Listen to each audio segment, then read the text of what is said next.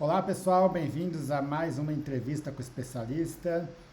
Hoje temos o prazer aqui de contar com a Natália Carvalho, que é nutricionista esportivo. A Natália trabalha no SESI com diferentes modalidades esportivas e tem uma experiência com atletas de diferentes níveis de competição no consultório, né? E primeiro, bem-vinda, Natália. E a ideia hoje é estar discutindo um pouco a respeito do peso e composição corporal no esporte, né? Então, são duas variáveis que têm sido muito faladas, até por conta de, vamos fazer a consulta nutricional, já faz a avaliação de composição corporal. Uma das coisas que sempre se fala é que o peso, o controle de peso tem menos importância, mas que ah, a composição corporal seria mais importante para entender a questão nutricional do atleta, né? Mas o que eu queria começar falando com você, Natália, é a importância do peso em si, porque tudo bem, a gente vai discutir sobre a composição corporal, mas em muitas modalidades esportivas o peso é muito importante, né? Queria que você falasse um pouco sobre isso, a importância do peso, independente da composição corporal. Olá, doutor. Primeiramente, agradeço o convite, né, para participar dessa conversa. Vamos lá, né? Vamos falar um pouquinho então sobre peso, composição corporal. Bom, primeiro acho que vale a pena a gente pensar o seguinte: quando se fala em performance, é muito difícil tirar essa relação do peso com a composição corporal. Um atleta de 90 quilos com 30% de gordura, ele vai performar muito diferente de um atleta com 90 quilos e 15% de gordura corporal. Claro que essa variação, né, do que seria ideal de gordura corporal vai variar entre as modalidades. Existem modalidades que, né, são peso dependentes, que têm uma preocupação maior com relação a peso e composição do que outras. Mas acho que vale a gente lembrar do papel da função muscular no rendimento. E aí, então, ter um peso bruto, né, sem levar em consideração a qualidade desse peso, a quantidade, a proporção de massa magra, massa gorda, acaba sendo um pouco complicado do ponto de vista de pensar em potencializar a performance, né? Então, claro que tem algumas modalidades como maratona, por exemplo, que quanto mais leve o atleta for, melhor. Mas a gente precisa ter, sim, um olhar para a composição e qual a qualidade desse peso. Ótimo, ótimo. Quer dizer, nesse caso, quer dizer, um corredor, obviamente, que ele, se ele for bem leve, mas tiver, vamos dizer, uma porcentagem de gordura extremamente baixo, isso daí para ele é o ideal, porque na verdade ele vai ter que carregar aquele peso, né? O mesmo jogador de basquete, ele tem que saltar, se ele tem mais peso, ele vai ter a mesma força, vai fazer ele saltar menos, né? Então, tem essa importância. E já tem outras modalidades, como para uma natação, em que talvez seja o oposto, né? Onde talvez a composição corporal, às vezes até o contrário do que a gente pensa, quer dizer, a gordura vai ajudar para isso, né? Existe alguma forma da gente falar em composição corporal ideal para o atleta? Existe, mas é um ponto importante também para poder se falar de composição do que seria ideal, é levar em consideração a individualidade do atleta, né? Porque muitas vezes eles colocam ali na cabeça um número bruto X, algo que eles querem alcançar, mas o caminho para alcançar esse ideal acaba sendo muito restritivo do ponto de vista alimentar, muito agressivo, né? Algo que vai colocá-lo numa situação que não vai ser sustentável no longo prazo.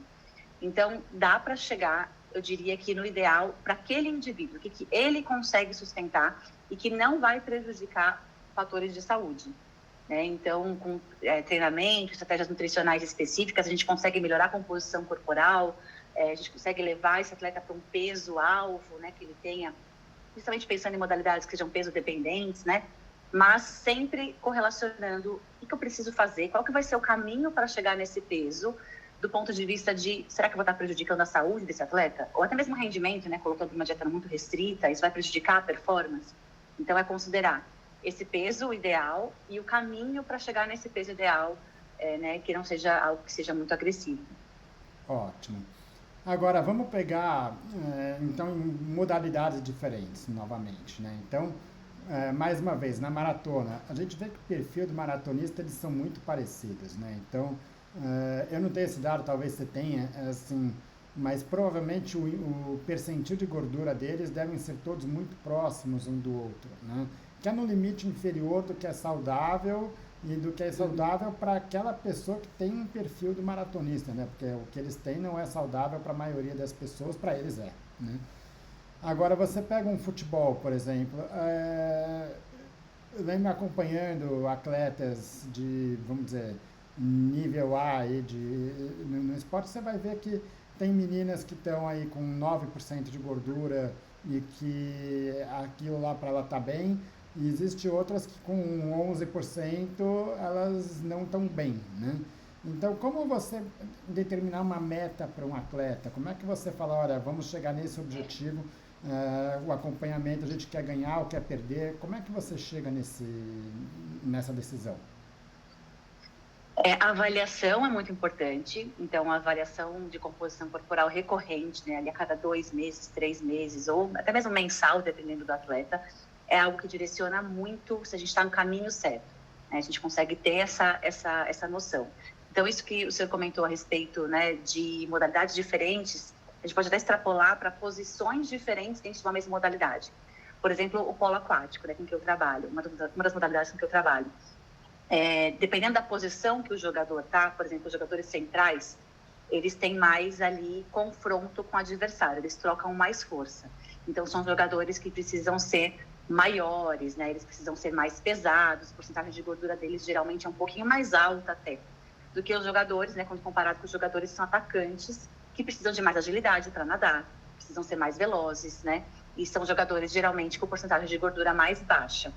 Então, ter essa noção de qual habilidade eu quero daquele atleta naquela modalidade específica ou naquela posição específica dentro da modalidade e como que a composição corporal vai trabalhar a favor ou contra isso.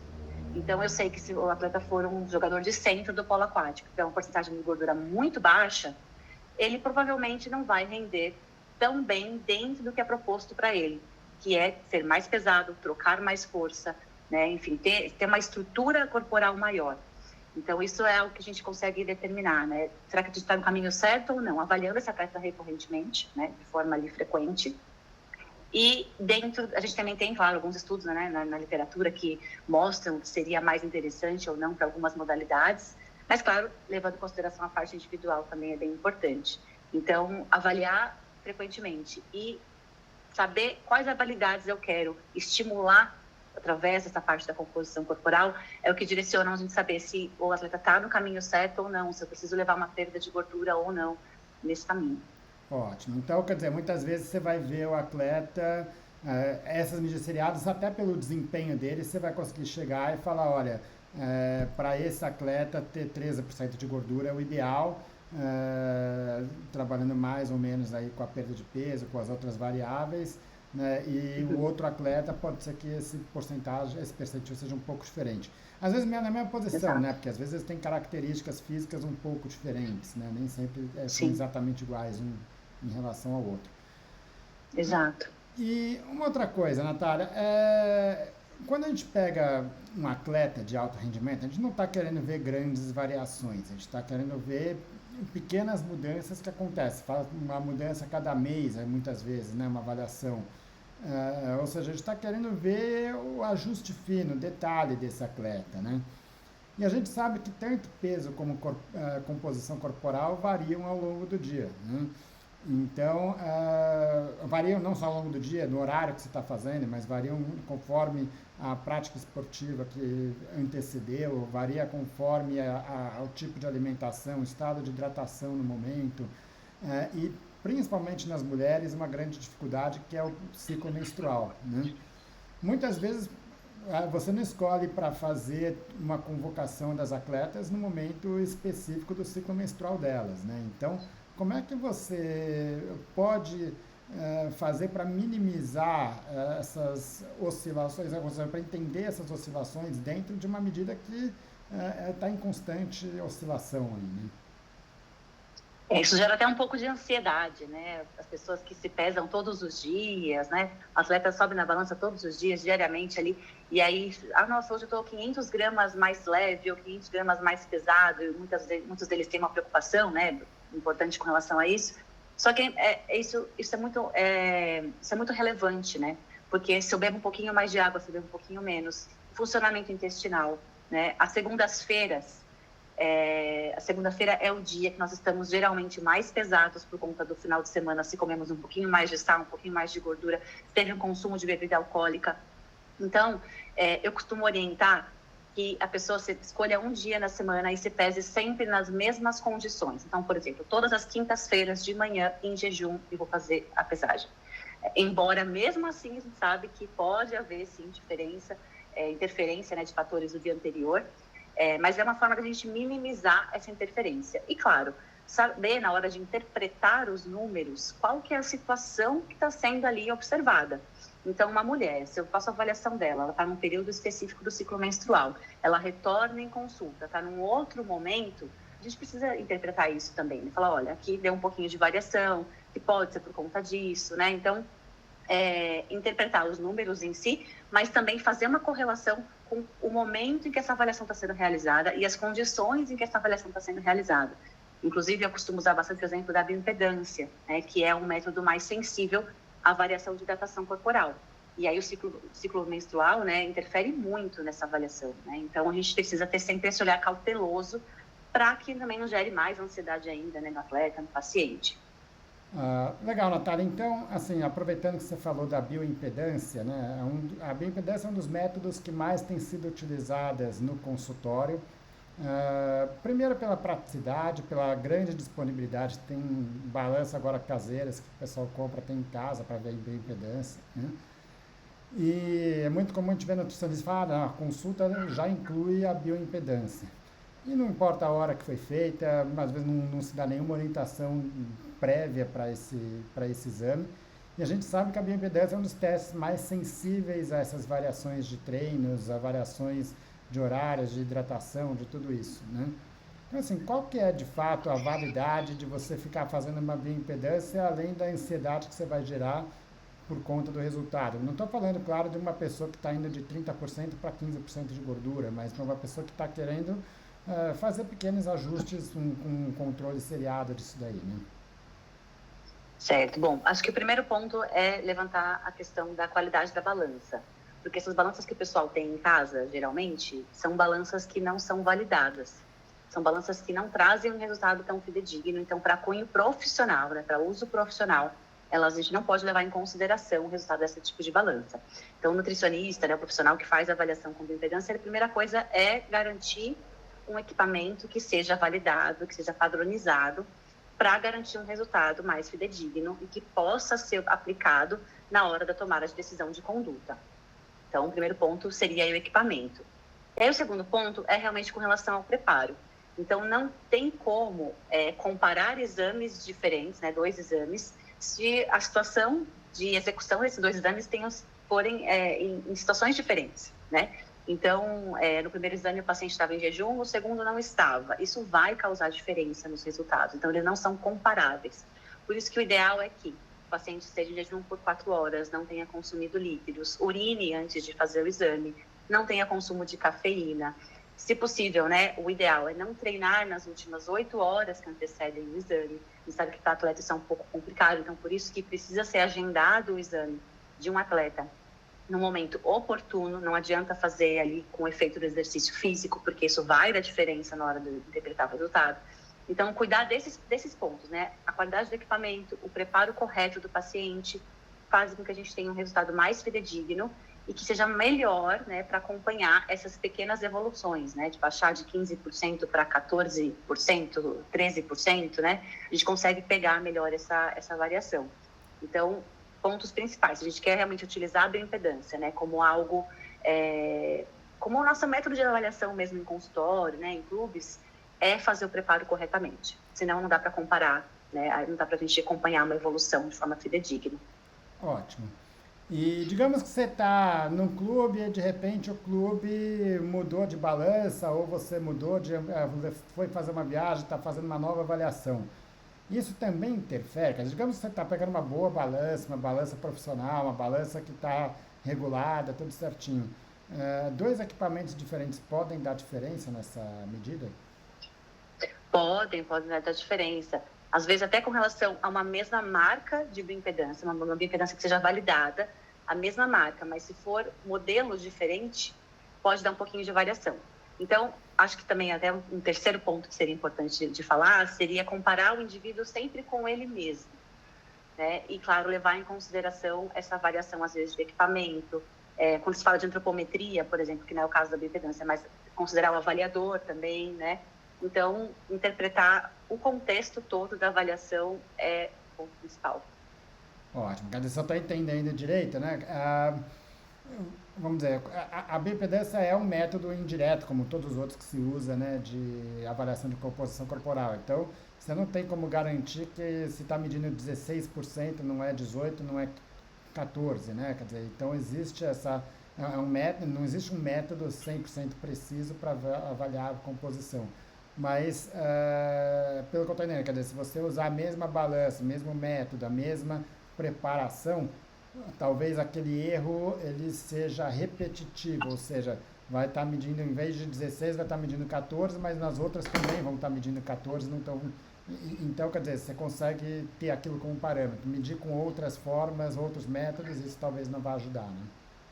Exato. O erro da bioimpedância é de até 3,5%, que é o mesmo erro da antropometria, até 3,5%, né, para mais ou para menos, pode ter essa variação, mas é importante monitorar, né, sempre da mesma forma, e aí a gente consegue minimizar essa variação aí de erro. Ótimo, ótimo. E também, assim, se um atleta falou que mediu 13% num lugar e no outro deu 17%, não é o nutricionista que está marcando errado, não é o método que está errado, não é a balança que está errada, é porque está talvez usando método diferente aí, né? Exato, exato. Ótimo, ótimo. Legal, fora a bioimpedância, quais são os outros métodos que são, assim, usados de forma rotineira para avaliação do atleta da composição corporal? Bom, na prática clínica, assim, né, o que também é um método muito acessível é a própria antropometria, né, com o uso do adipômetro, que tem uma precisão bem parecida com a da bioimpedância, também é um método validado. E aí, ao contrário da bioimpedância, que depende muito de fatores externos e do avaliado, a antropometria depende muito do avaliador. Então, da técnica que ele tem, do treinamento que ele tem e, claro, do equipamento também, né, de ser um adipômetro também científico, né, de preferência, mas depende muito mais do avaliador do que do avaliado. Então, essas diferenças, né, de hidratação, de estar num período ou não do ciclo menstrual, elas interferem muito menos na antropometria do que interferem na bioimpedância. Embora também seja indicado para a antropometria não treinar antes da avaliação, enfim, ter alguns cuidados, mas não precisa, por exemplo, estar em jejum, como é o caso da bioimpedância. O paciente pode estar alimentado para fazer a antropometria, que isso não tem problema. Então, depende muito mais do avaliador do que do próprio avaliado. Legal. E existem métodos de custo um pouco mais alto, né, que não são muito aplicáveis na prática geral, assim, digamos, do dia a dia, como a densitometria, né, que a gente costuma chamar de DEXA, que é um método de muita precisão, maior precisão, inclusive, quando comparado com a antropometria e com a bioimpedância, mas que, por conta do seu alto custo, acaba não sendo tão acessível na maioria dos casos. Ótimo. Acho que até curioso, peguei por acaso um paciente aí há pouco tempo que chegou, era um médico, inclusive, e ele tinha feito uma densitometria para avaliação de composição corporal, porque diz que lendo, esse é o método mais preciso, é o método mais fidedigno para avaliar isso, né? Agora, de fato, né, quer dizer, qual a utilidade dele, acho que não é nem a questão do custo individual, porque se fazer um teste desse, tudo bem, pode não ser tão um problema. Agora, você não vai repetir um exame desse todo mês, né? Então, não vai para o laboratório fazer isso a cada mês, a não ser que você tem já alguns poucos clubes que têm isso disponível já, mas é muito menos comum isso, né? Sim, é menos comum e talvez, né, assim, um rigor científico, né, seja mais interessante, né, para poder avaliar ali no dia a dia os métodos, né, a bioimpedância e a antropometria são perfeitamente de boa qualidade, né, a gente consegue sim bons resultados usando esses métodos. Ótimo. E, bom, você falou que a antropometria que você está falando, só para chamar a atenção aqui, é o que você fala de avaliação de pregas cutâneas, né? Porque muitas vezes se fala teste de prega cutânea, né? Você falou que vamos dizer, a bioimpedância, o maior problema dele é o preparo para a bioimpedância e o equipamento, né? Já para a antropometria, o maior problema dele é, de fato, humano, né? Quer dizer, é o como está sendo avaliado.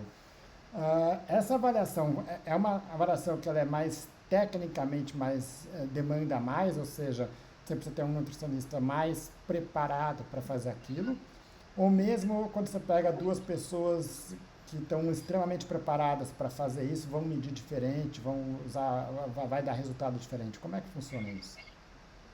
Então, existe sim a avaliação do avaliador, então dois nutricionistas fazendo a mesma avaliação, né, a avaliação do mesmo indivíduo, pode dar um pouquinho de diferença, mas é preciso que o nutricionista seja muito bem treinado, para que essa variação seja mínima, digamos assim, né? Não é um nutricionista avaliar com o resultado dá 30% e o outro avaliar dá 20%. Isso é um erro muito grande, uma diferença muito grande, que mostra que um dos dois avaliadores não tem uma técnica tão apurada, digamos assim. Então, é preciso, sim, ter um treinamento muito efetivo, ser um nutricionista, né, que realmente saiba manipular o equipamento e saiba pensar a dobra, o local correto. E mais do que isso, né, doutor, também tem os protocolos de avaliação. Porque a gente tem uma série de referências, de equações preditivas, né, para chegar a uma quantidade de porcentagem de gordura, de densidade corporal.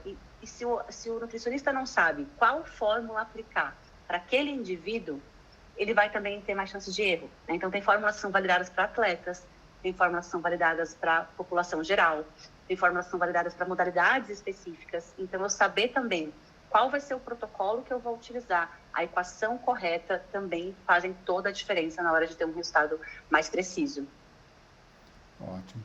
Natália, eu acho que a discussão desse assunto acho que foi bem proveitosa, acho que era isso que a gente tinha aí para falar. Não sei se tiver mais alguma coisa que você queira colocar em relação a isso, mas de outra forma, queria te agradecer e esperar você aí para outras discussões aí com a gente. Eu que agradeço o convite, doutor. Obrigado, bom dia então, Natália. Bom dia.